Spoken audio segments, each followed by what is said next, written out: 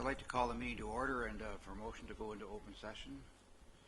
Councillor Novak, Councillor Redmond, those in favor? That's carried. This meeting is now in session. I'd like to welcome everybody here this evening. It's great to see people out when we're honoring people, and there's so many great things that go on in this community that we need to stop and pause from time to time to do that. And so I want to welcome you all here this evening. And we have three different people or groups that we're going to recognize tonight. And excuse me, I'm going to ask Helen Jimmery Russell from our Director of Cultural Services to come forward. And sorry, I'm going to take conflicts after the presentation. Sorry. To come forward. And so before you start, I actually have a letter to read that I came to my office just yesterday, and it's from the Ontario Heritage Trust. And our first presentation is going to be to Larry Turner, and it says, to members of Regional Council, it is a pleasure to send greetings as a part of your presentation at this council meeting of the individual and group receiving special recognition from the community and the Ontario Heritage Trust. We owe a great debt of gratitude to the volunteers who work tirelessly to keep our heritage alive and meaningful. By participating in the Trust Lieutenant Governor's Ontario Heritage Awards and Young Heritage Leaders programs, your council has demonstrated appreciation for those who are taking a leadership role in heritage preservation. You have joined a growing number of municipalities from across Ontario in recognizing the significance of these contributions to the broader well-being of the community. I would like to congratulate Larry Turner for receiving the Lieutenant Governor's Ontario Heritage Award for Lifetime Achievement and the 2017 class of Dana Stanek for receiving Young Heritage Leaders Awards for their volunteer work on the Waterloo Wellington Children's Groundwater Festival. Heritage conservation is best undertaken and embraced at the community level. The act of coming together to protect buildings, natural sites, and cultural artifacts prompts the telling of stories that help to define who we are and what it means to be an Ontarian. The contributions of people like Larry Turner, who has served in heritage conservation for over 5 decades, and the 2017 class of Dana Stanek are just beginning their journey, help to ensure the preservation of this legacy for future generations. On behalf of Ontario Heritage Trust, it is my pleasure to extend our sincerest thanks and congratulations to all those volunteers engaged in the work of heritage preservation. May their efforts inspire and motivate others to become involved, and may all of our communities be stronger as a result. Signed by Beth Hanna, the Chief Executive Officer of the Ontario Heritage Trust. Helen, turn it over to you. Thank you very much. So the Lieutenant Governor of Ontario's Heritage Award is administered by the Ontario Heritage Trust. And it's a prestigious award that goes out and recognizes exceptional contributions to the heritage conservation in the environment, sustainability, and in biodiversity, and the cultural heritage and natural heritage. So the Lifetime Achievement Award, which Larry Turner has been awarded, is presented to individuals who have made an exceptional volunteer contribution to the heritage conservation for a period of 25 years or more. So this is an exceptional achievement that we're recognizing. So Larry Turner is a longtime resident of Cambridge. He's contributed significantly to the conservation of Hespeler's cultural heritage for over 40 years. He's locally known as Mr. Hespeler, and having acquired an expert knowledge in the area through years of community involvement, Larry played an integral role in the founding of the Hespeler Heritage Centre, an organization devoted to the promotion and preservation of history and community. He's been an active member of the Waterloo Heritage Regional Heritage Foundation, and is currently serving as one of the foundation's elected directors. So congratulations, Larry.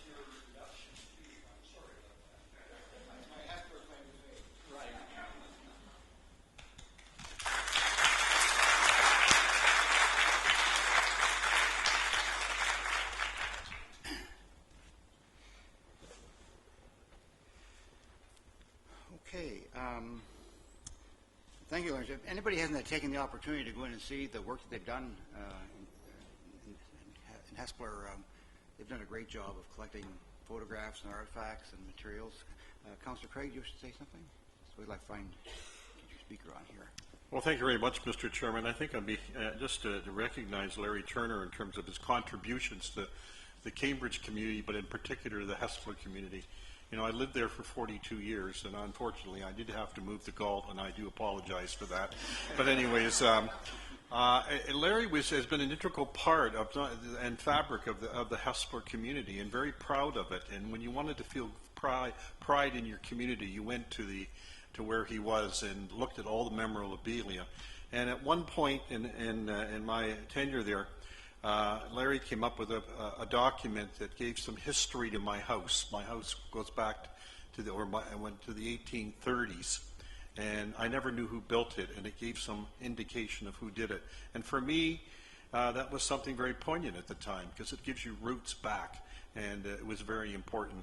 He's had a great impact on the whole Hespeler community, and in particular, and has been an example of what love and care of a community is all about. So I do applaud him, and I'm very thankful that tonight we can honor him in such a way. It's a small way, but it's also a very big way. So thank you, Larry, on behalf of the City of Cambridge, all the residents, and in particular, Hespeler. Thank you.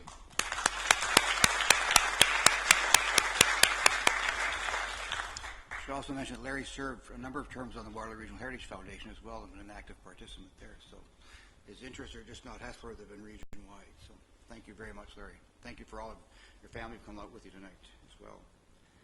Okay, Sue Reed. Sue, just come forward, please. Thank you. I need these to help me out. First of all, I'd like to thank the Region of Waterloo and the Waterloo Region Museum for their ongoing support and collaboration in the Waterloo Wellington Children's Groundwater Festival. We just celebrated our 23rd anniversary, and up to this time, we've educated over 90,000 students in the program. This is Jennifer Gilks. She's our co-chair and here tonight to help make the presentation, so thanks, Jennifer. We're here tonight to acknowledge Blue Vale's commitment to the program. Since 2000, students from Blue Vale have volunteered at the Waterloo Wellington Children's Groundwater Festival, and each year Ms. Stanek, along with her colleague, brings a group of high school students that help animate the 50 hands-on activities. They're interactive and able to learn at these centers. The students that are coming from our high school component educate our younger audience about the importance of water, and they deliver several key messages at these hands-on activities, such as use water wisely, protect your water, examine the relationship between water and technology, and celebrate the role of water in the ecosystem. Ms. Stanek has taken a leadership role in organizing the efforts on behalf of Blue Vale, and the students spend time preparing and getting ready for the festival. It started out as a single class coming on a field trip to help out, and now it's well known in Blue Vale that it's something that the grade 9 geography students look forward to. The day of the festival starts with some on-site training. They work with a partner, and they teach at activity centers like the Water Cycle, AQ Amazing Aquifer, the Watershed Model, Climate Change. And they're teaching our younger audience through very much an interactive, engaging way so that our young audience becomes water stewards in the future. We have a number of students from Blue Vale that are here tonight. They're wonderful role models. They are examples of youth making a difference in the community. Students that attend the festival in grades 2 to 5 are returning now to the festival as high school volunteers, and some of them are even continuing after their high school years, coming back in university or members of our community. So it is making a positive impact within the region of Waterloo. We'd like to acknowledge Ms. Stanek and Ms. Kemper for their help in organizing the students, and we have 10 students here tonight from Blue Vale. They finished exams, so they're very excited. So if they can come up and join us, thank you.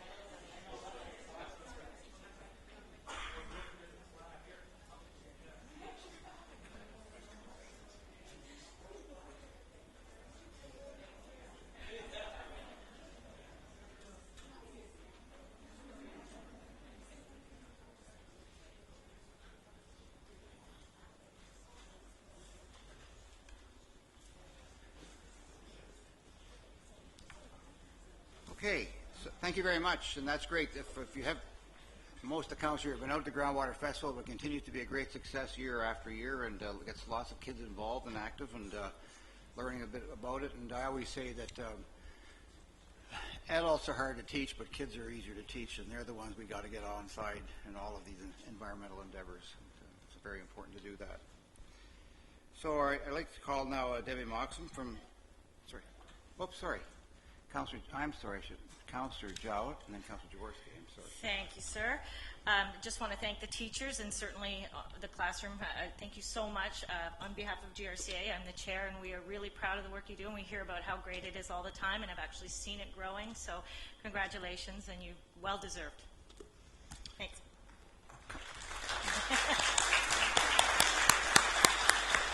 Councillor Jaworski? And the Blue Vale students have participated in the Age-Friendly City Forum annually, the Mayor's Forum, past 2 years, and did a great job this past year. We're literally the hit of the show, hit of the day, especially Dylan, who won't repeat his performance. And I've offered to take Dylan into any radio station he wants to go into. We have access anytime. We can certainly arrange that. And did you say you're going to Croatia too? Oh, well, there's somebody over there who can give you some help on some Croatian, some tips and tricks and travel tips. Anyway, all the best to all. Great. Well, thank you all for coming out. So, okay, Debbie Moxham. Debbie?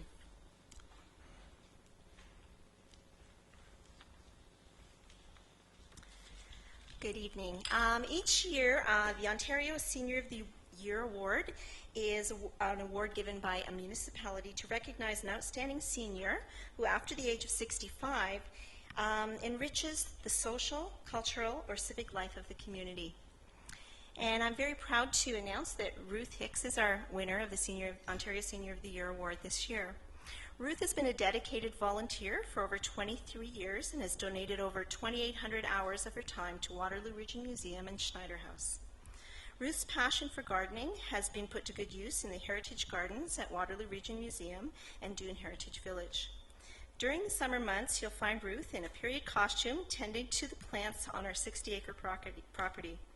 During the late winter and spring, Ruth is also active in the greenhouse planting seeds in preparation for the season ahead. Ruth has volunteered in many roles at the museums over the past 23 years. She enjoys costumed roles and has been active in the Day in the Life program at Dune. She's been active with Lantern Tours and the Starry Night event programs. Her needlework skills have also been put to good use in tasks related to costume repair and maintenance, as well as quilting demonstrations. Ruth has also assisted with the baking that was used in Christmas programming. Always ready to lend a hand where it's needed, Ruth has also provided office support for projects such as bulk mailings. As a retired nurse, Ruth has remained active in her community, and the contributions she has made to Waterloo Region Museum and Schneider House have enhanced our visitors' experiences at the museums. So please help me to welcome Ruth to come forward and get her award.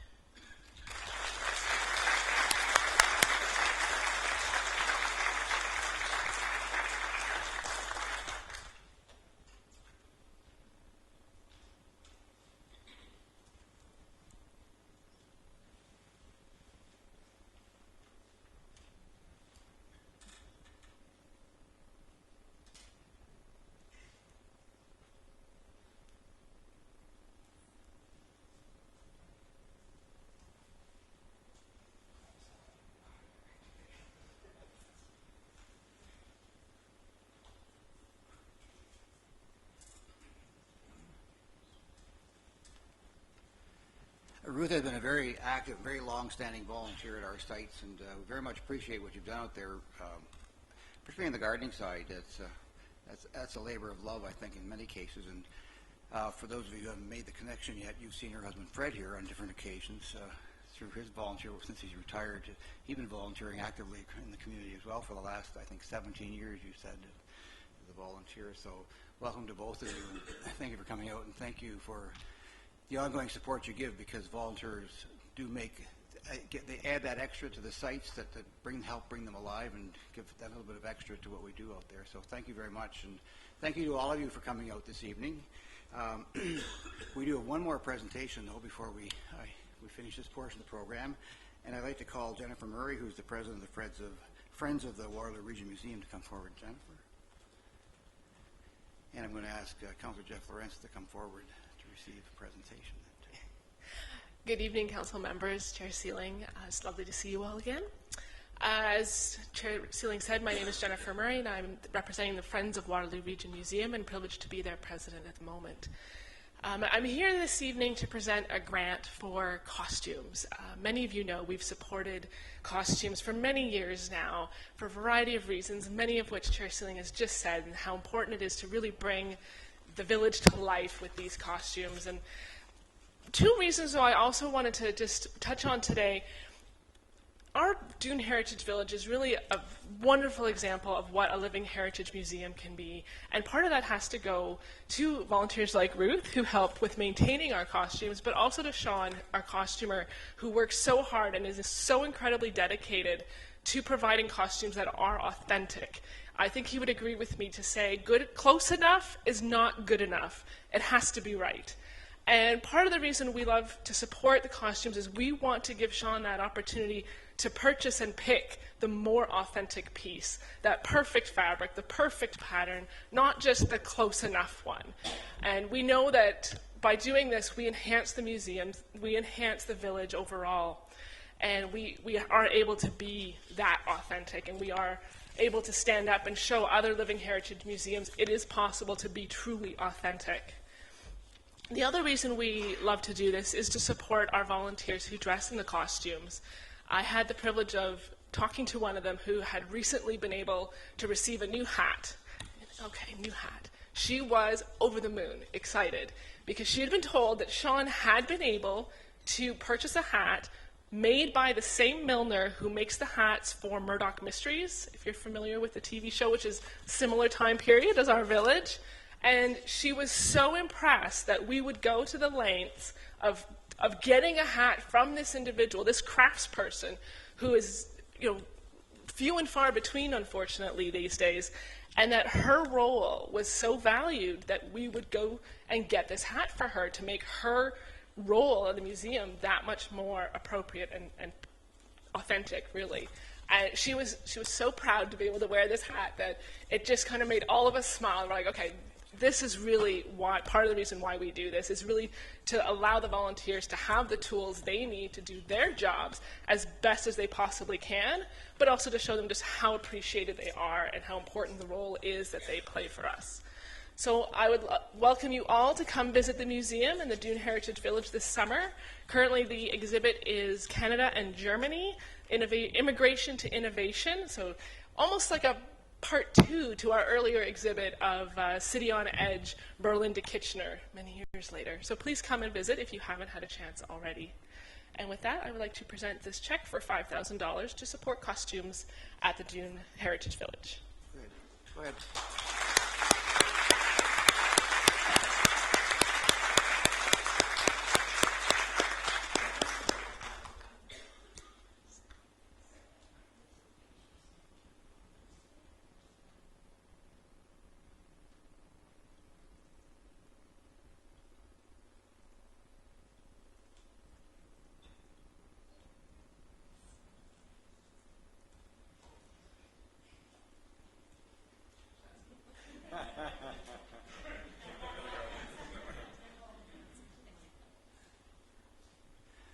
Well, thank you, Jennifer. As I said earlier, the work that the volunteers do there and at Schneider House and some at McDougall Cottage speak volumes of the support that the community gives to our heritage sites. And I think it's a real reflection that people in this region do value the heritage and want to bring it alive and keep it going. So thank you very much, and thank the volunteers from the Friends Group. Very much appreciated. Thank you all for coming out for the presentations. You're quite welcome to stay if you like, but if you feel you want to move on your way, please feel free to do so as well. So thank you all.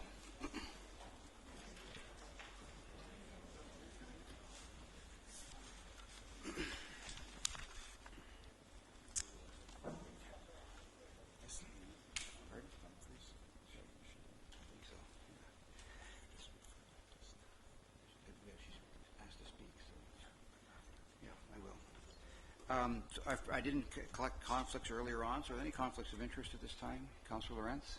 Thank you, Mr. Chair. So I would like to declare a pecuniary interest in the Municipal Conflict of Interest Act on dealing with item number 4, Planning and Works, as I am an employee of the Voisin Group of Companies and INCC. So noted. Okay, I have one delegation this evening, Natalie Lazenby. Is she here? Natalie, would you like to come forward?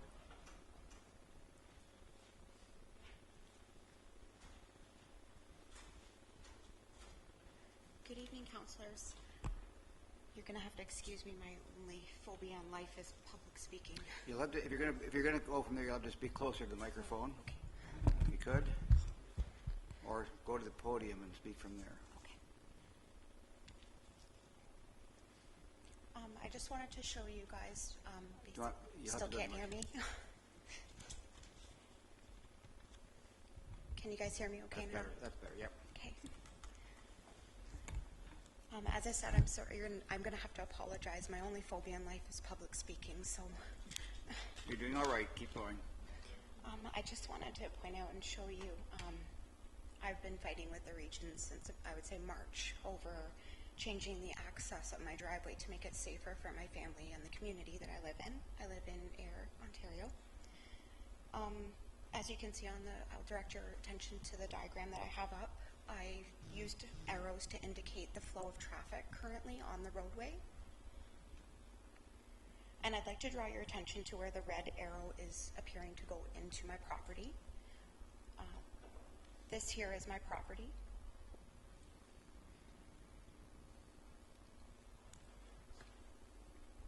And the yellow arrows is the access that I'm proposing to open. And this is blocked by 3 to 4 city-owned trees. The reason I'm wanting to do this is so that there is never any backing out onto the actual roadway. This has become quite a busy road. It's only going to get busier as the region sets to grow. I'd like to show you this slide here as well. So as you can see, this is taken if you were coming and driving up from the downtown core of Ayr. You actually don't know that there's any homes there. How can you watch out for a driveway when you don't see any homes? This is my current driveway access. This is my neighbor's driveway access. And the red arrow indicates where I would like to open the access.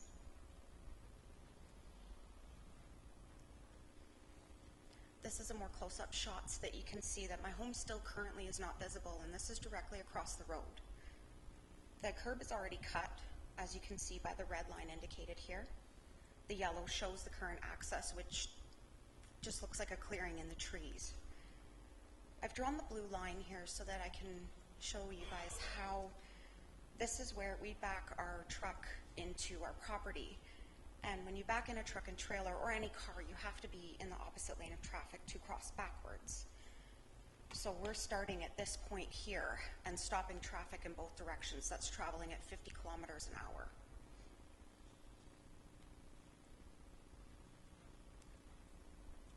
This is a direct shot across the road just to show you guys how it's so close to my other neighbor's driveway, and if the proposed access could be opened, you would have more chances of seeing 2 driveways side by side than you would seeing one and then what appears to be a clearing in the trees.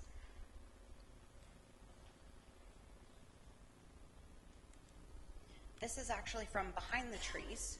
This is what my home looks like. You can't see any of this from the road as I've shown you in the previous slides. This side view on this is the current driveway access.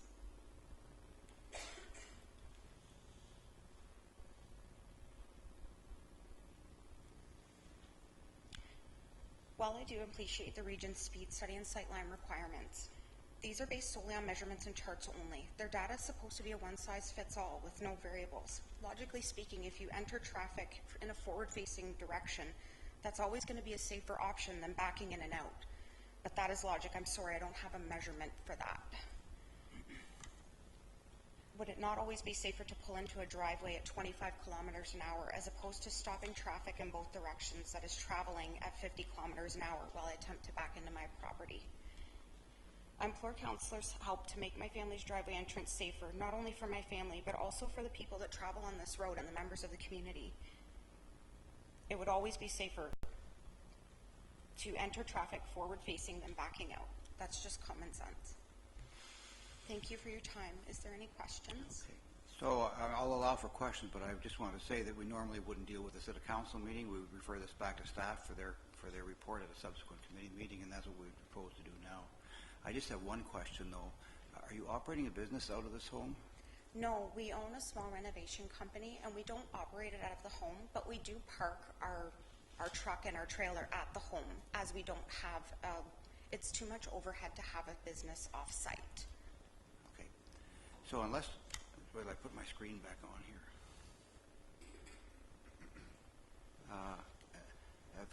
Question, Councillor Foxton? Sorry. Thank you. I was just going to request that staff come forward with a report on this to council. So I think we'll refer this to Taking staff into for a consideration report all at the a views. future meeting. So that's what we would normally do. Okay? Thank you. Thank you for coming in. I have no other delegations listed this evening, so we'll carry on with the agenda. There are minutes of the previous meetings. Are there any errors or omissions? Moved by Councillor Strickland, seconder. Councillor Foxton. Those in favor? Opposed? That's carried. Motion to go into committee of the whole. Councillor Lawrence, Councillor Kiefer. Those in favor? Opposed? That's carried. We have a number of finance reports. So any questions on the finance reports? Pretty straightforward. Mover. Councillor Baranovic, Councillor Strickland. Those in favor? Opposed? That's carried. Planning and Works. Councillor Galloway. Thank you, Mr. Chairman. I'd like to move the 13 recommendations from the Planning and Works Committee, and in so doing, defer item number 8. That's the matter associated with the Bridgeport Road, Pepler Street intersection matter. So that is being deferred to a future Planning and Works Committee meeting. So I'd like to move those recommendations. In addition, I'd like to add a matter that is coming from the closed session of last week in regards to the purchase of a hangar at the Waterloo Region Airport, and then an expropriation matter from our closed session earlier this evening. And would note also, Mr. Chair, the conflict on item number 4. Take that separately. And it's moved by, seconded by Councillor Kiefer. Okay, are there any questions on any of the items? Councillor Jaworski, you would comment. Just on item 8, the deferral, I certainly support that. I think there's some citizens in the nearby area who feel they didn't have a chance to give their input, so this will give staff a chance to get further input on the crossing of Bridgeport Road. What I think I'd like to see is what are the use cases of what the rationale for having a Pepler Road and a Laurel Trail crossing, to see what people could use there. I think there's options with just a single crossing at Laurel Trail, but that'll be there's probably things I haven't thought of with respect to the Pepler crossing. Also with respect to savings and costs, if we were to do, if the recommendation is to do dual crossings as well. Issues with respect to cascading lights. There will be a whole bunch of lights that are about 110 meters apart, and concerns about that, if there's any red light running that's going on in that area. And then finally, a request from the city that we've been following in the footsteps of the province, where the province uses green roadway markings to indicate active transportation.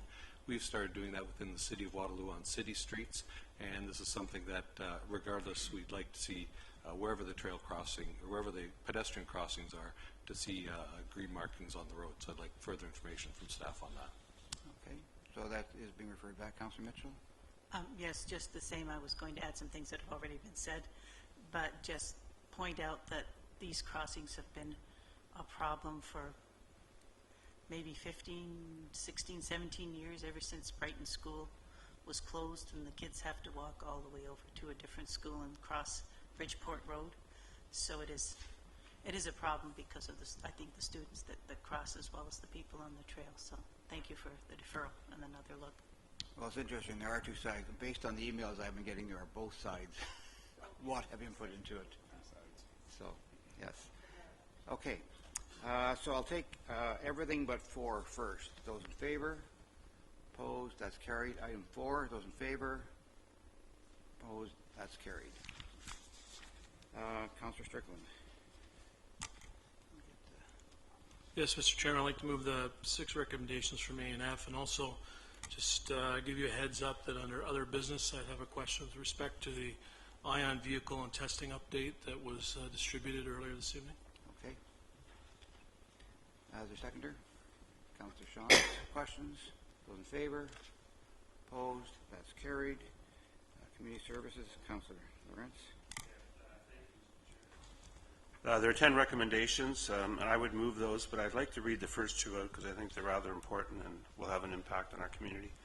First one is that the Regional Municipality of Waterloo endorses the plan to undertake Phase 2B of the Waterloo Region Supervised Consumption Services Feasibility Study as described in Report PHE IDS 1807 dated June 19, 2018, and that Phase 2B incorporates a component which allows for additional consideration for alternative locations in Kitchener and Cambridge, which meet the province's and region's targets and requirements for supervised consumption services, and that the regional chair correspond with the Premier designate as soon as possible to determine the provincial government's policy regarding and support for supervised consumption services, and further that the final report, including costing and recommendations regarding wraparound services and supports, including counseling, rapid access and withdrawal services, supportive housing, and additional policing. 2, that the Regional Municipality of Waterloo Board of Health endorse the Waterloo Regional Opioid Response Plan as described in Report PHE IDS 1808 dated June 19, 2018. Is there a seconder? It's Councillor Kiefer. And those recommendations were passed unanimously, as I recall, at committee last week. So any further questions or comments? Councillor Craig? Sorry. Councillor Craig? Well, thank you, Mr. Chairman. I've been on too many trips. But anyways, just getting back to it, I support the motion. I have no problem with the motion, but we talk about wraparound services and more policing. And of course, I'm bringing up the issue of policing in general. We don't have enough policing in general as it is, in my opinion, and certainly not for an SIS site. So, I mean, we're looking a long way out if, in fact, we're going to incorporate that condition within an SIS site. So it's just a comment and a thought. And if, in fact, we're going to do these things and we're talking about having more policing and the effects on communities, which is one of our major concerns in Cambridge, then we've got to see the evidence that that's actually going to be there. So I'm just going to leave that on the table, Mr. Chair. Okay. Councillor Jowett? Thank you. Through the chair, I just want to make sure that we're on record for acknowledging the necessity for the PIT report, or at least the summary of that report, going forward as soon as possible. And I believe that the lookout date for that so far is Friday. The PIT report, I'm not sure what that acronym stands for, but it's the... Oh, I think you're talking about the census. Yes. Point in time survey, okay. Yeah. That's separate from this item, so. Just want to make sure it's on the record. Let's come back to that. Let's Okay. deal with this first. Okay. Any other questions or comments? Mr. Murray? Thank you, Mr. Chair. If I could, I just wanted to add a couple of updates. The report identified 2 potential candidate locations in Kitchener, one that was specifically identified, that's 115 Water Street, and another that we just gave the general location because we had not been able to get in touch with the landlord to determine whether that site was actually available for use as a supervised consumption site. So since committee dealt with this, we have finally got in touch with the landlord, and they've advised us that that site is not available for use as a supervised consumption site. So essentially we've got one site in Kitchener, 2 potential locations in Cambridge that we've identified, and to be clear, we would do more detailed consultation related to those 2 sites. We are only contemplating the potential for 1 supervised consumption site in Cambridge and 1 in Kitchener. I do want to emphasize that we are open to other sites during this examination period. Do you want me to comment on that too? Sure. Sure, yeah. If I could, I can comment on that as well. So since the committee meeting, regional staff in consultation with city staff are turning our minds to what the process would look like given the direction from committee and likely from council. So the current kind of working concept is that that the region would put in place a process to be open to and invite interested community organizations or members of the community who have suggestions for potential locations to bring those forward. So we will likely post some information on our website, kind of publicize it through social media, invite people to identify potential sites that meet certain specific criteria.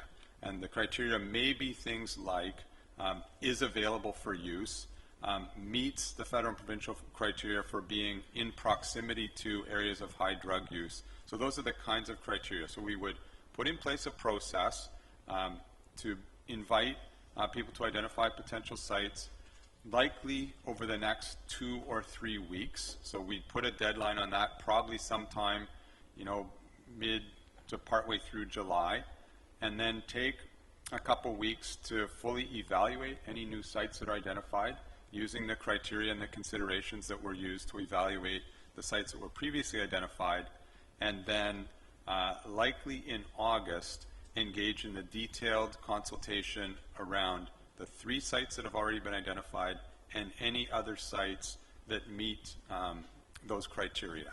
So that would likely take place in August. But we'll kind of summarize all of that process, put it on our website, and promote it through various channels. Councilor Lawrence?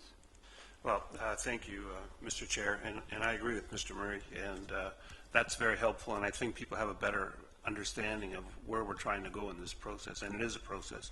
But one of the other things I think we should be doing and adding to our website is coming up with some kind of concept that we see as how we envision this looking, the clinic looks like, how many square feet it is, the services that would be provided in there. So I think people have a better understanding of what we're talking about. I think there are a lot of misinformation out there. There is a lot of misinformation out there, and there's a lot of people very skeptical about, what we're looking at. So I think we need to materialize this in some way, shape, or form so people have a better understanding of not only what we're trying to do, but how it would look like and what the results would be, including security, different code of conduct, all of those things that would be part of, and the wraparound services that would be part of this safe consumption site. So I think we need to work on that as well and have that up on our website. Councilor Ranovic? Thank you very much. I just want to echo Councilor Lawrence's comments in that regard, and also thank Mr. Murray for the clarification he's put around the process, because I think that's going to be important. Very reason we added the component of allowing for additional community input on locations in both Kitchener and Cambridge has been because we've heard from the public that they may have other locations that perhaps we weren't aware of or missed, and that merit consideration as part of the process. But I think the bigger issue is sort of the general information that's out there, and I think if we have a web page with a lot of the Q&As there that we can refer people to and so on, would really help as we as councillors respond to people around the process and answer their questions. So there's a consistency in messaging right now, and everyone's hearing the same thing, because I think that is so really, really important that misinformation doesn't get out there, because it, quite frankly, is being put out there by some folks, and it doesn't help the process on something that is a difficult issue and one that is not totally understood. And so having that level of quality information, I think, would go a long way as we work through this process. Thank you. Okay. Councilor Judd, are you on the other one or back to the same one?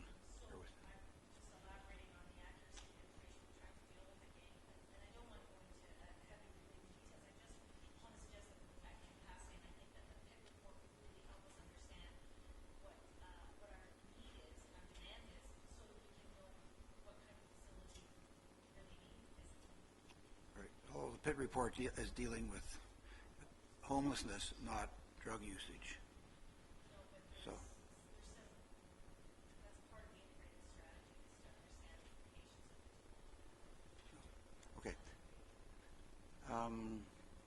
Councillor Craig. Just a second here. There. You were on. Well, thank you, Mr. Chairman. I think the unfortunate aspect of it in the community is that people associate homelessness and drug addiction as the same thing. And that's part of the problem we're dealing with. And I'm concerned about that. I'm concerned about the homelessness and separating that issue from the drug addiction. I'm also concerned about the fact, you know, we can talk about the inside of an SIS site and show it, but there's also a lot of pictures out there from news media on the outside and what happens in those communities. You're going to get that coming out also. So there's some concerns. We're in a very difficult situation, walking on very difficult ground. But I think what Helen has raised, Councillor Jowett has raised, is the fact that we need to get some better numbers on what's going on, because we're seeing an inundation in the Cambridge area on the streets everywhere, and now in the GRCA lands, which we are patrolling and helping to patrol in terms of cleaning up, of which there are a lot of needles and drug paraphernalia. So we've got to work on these issues. So just a point of clarification, absolutely, we have large urban sectors, and we know that this is everywhere in Kitchener as well. We're not suggesting we're unique, just our landscape is a little bit different, and we do have a lot of urban properties that are in sort of central areas where we're finding many tent cities. And we do know that this is the case everywhere else, but we need our council here to recognize that so that we can see how we can help resolve some of this. Okay. Okay, I'm going to call the question in. Those in favor? Opposed? That's carried. Councillor Jowett, you're up next.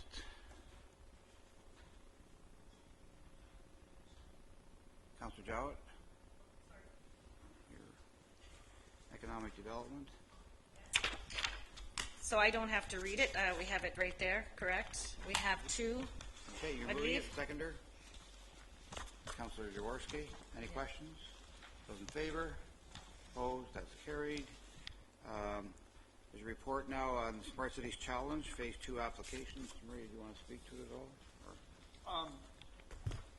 Just briefly to say, I think the region and all the area municipalities are excited that this community has made the short list of 5 large cities across the country that are moving on to Phase 2 of the Smart Cities Challenge.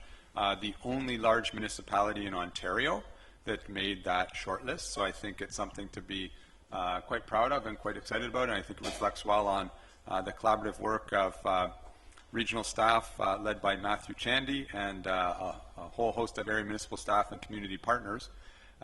So along with moving on to Phase 2 comes a $250,000 grant from the federal government to help us fund the preparation of the Phase 2 proposal, and this report is recommending that the municipalities collectively match that for a total budget for preparing the Phase 2 proposal of about $500,000 at this point. We still don't have the details from the federal government about all of the program parameters, particularly when the proposal's due, and we expect to get all those details by mid-July. And once we have a look at that, we may need to tweak the work plan and budget, but for now, and talking to other cities that are on the short list, we think this is a reasonable starting point. Okay, somebody care to move the motion?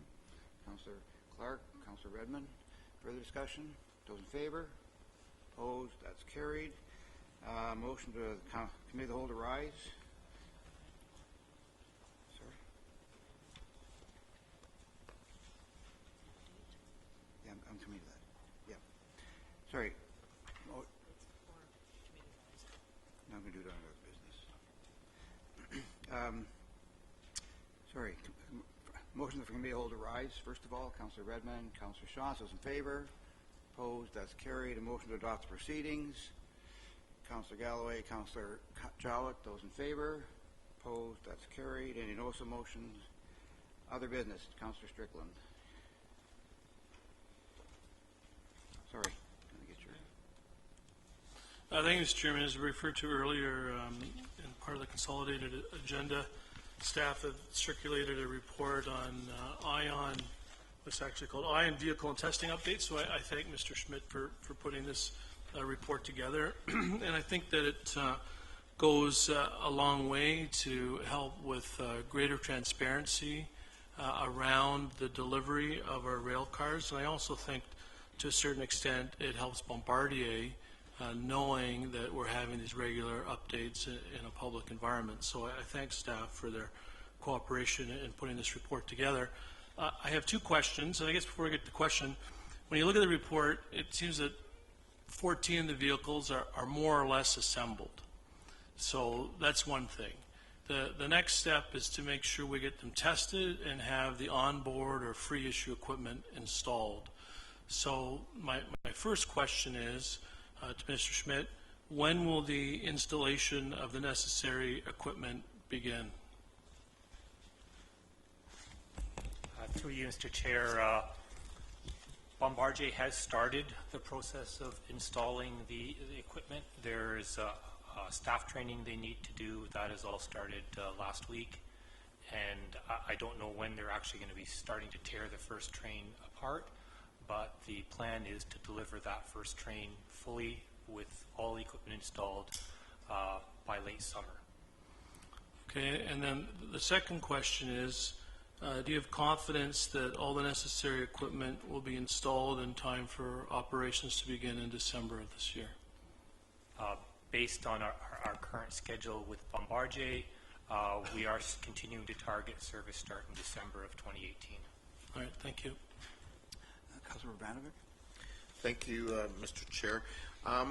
As I think we're all aware, the issue of connectivity between the Vanier Trainer neighborhood and Fairway Road along the Ion construction route is an issue that came before this council a number of months ago.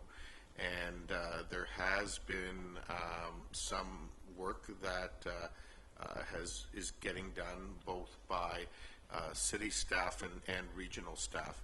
I don't want to go into a long discussion around this evening because I don't think it would be helpful. But I think the whole issue is taking much longer than it needs to, and I think it, quite frankly, needs to sort of be escalated at a staff level to try to unlock some of these outstanding issues so we can move forward, and quite frankly, a vital pedestrian link for this community gets resolved sooner rather than later. And so I would ask Mr. Murray if he can work with his counterpart, Mr. Chapman, at the City of Kitchener, and then the relevant staff below them to unlock any issues that appear to exist and see if we can get this moving forward in a bit of a more timely manner. I know this remains to be a concern by the neighborhood, and I think we need to figure out how to move this forward and to communicate that to the residents accordingly. Yep. Yes, we'll look into it. Councilor Armstrong, you're going to preempt my announcement, I think, so you go ahead and make it. What's that? Go ahead. Just a reminder that Averill Fidelia Douglas, I don't know if I said that right. One of those. But we'll shorten it up to Kim, has arrived at the castle and will be unveiled again tomorrow at 6 o'clock. And if you decide to come out, make sure you bring your lawn chairs and stay for some music. The ladies that are performing will be performing music presented by Canadian female artists. So it should be a good evening. So, and it should be, the weather permitting, it should be good, and it sounds like it will be good. So. And so that's a segue for Councilor Craig. Yes. Well, thank you, Mr. Chairman. Just to bring you up to date, that tomorrow at 1 o'clock we'll be having the opening of the digital library in Cambridge, which is the old post office. It's a $15 million project, and it's quite beautiful. We opened the pedestrian bridge about 2-3 weeks ago, and I remember on the Saturday thinking to myself, because there was a lot of criticism, I hope 100 people show up. Well, we got 3,000 the first day, 3,200 the next, and over 2 weeks, over 30,000 people. So we're feeling pretty good about our bridge and our post office. And at night, it's lit by LED lights. We had it in Portugal's colors last week for the Portugal Day, so it can be done up in different colors, and it really makes a stunning statement on the river. So hopefully you'll get an opportunity to come down and visit both the bridge and, of course, the library, which is quite unique. Great. So maybe we'll see some of you tomorrow at 1 o'clock. And the other item of note is that as of Monday, we will have a new government, and we'll see where that takes us. Anyway, motion on the bylaws. Councillor Redmond, Councillor Shantz, those in favor. Opposed, that's carried. A motion to adjourn. Councillor Fox and Councillor Armstrong, this meeting's adjourned. Have a good summer, and we'll see you in August.